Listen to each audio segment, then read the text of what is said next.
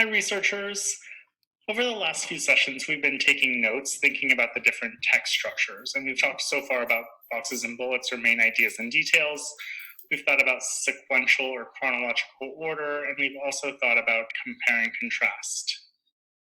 Today, I want to teach you that there's another text structure to be on the lookout for, and that is cause and effect. If I'm thinking about cause and effect, sometimes I think about something big that happens and then all the results that happen because of it. So we're going to take a peek into a cause and effect text, and some keywords that we'll want to listen to are used to, reason, because of, so, this led to, or if this happened, then this happened, or since, or as a result, due to, affected, or consequently. So I'm going to read this next section, and we're going to be asking ourselves, in this section from Frogs and Toads, what are some of the keywords that let us know that it's cause and effect? No more golden toads. Frogs and toads are important. They eat harmful insects that could destroy crops or carry diseases. Unfortunately, there are fewer frogs and toads than there used to be. Some people think the reason is that houses and factories have been built where frogs and toads used to live. Other people think that water pollution has killed most of the frogs and toads. So I feel like the big effect that's happening right now is that the frogs and toads are dying out, and we can think about what are some of the causes for that.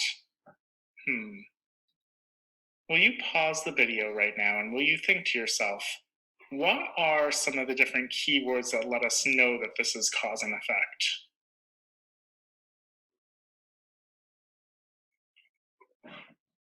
Okay, welcome back. So right now, you might have noticed some of these keywords like used to, reason, and that could let us know that it's cause and effect.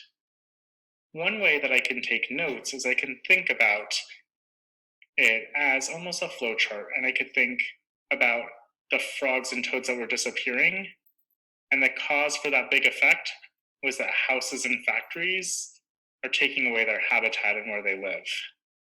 So because of the houses and factories that are being built, it's taking away the habitat and the frogs and toads are disappearing.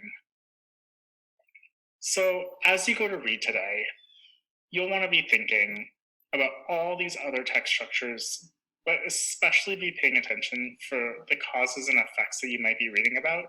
And if you're taking notes, it could look like the student's example here. And in this case, she was really taking notes on dolphins, and she wrote down the causes that dolphin and tuna are friends. So every time a fisherman sees a dolphin, it catches tuna in the dolphin.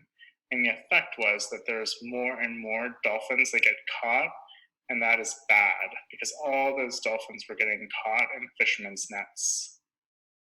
So as you keep reading today, make a plan. Can you think, what other notes do I need to take? And keep in mind the different text structures as you take notes. Keep researching.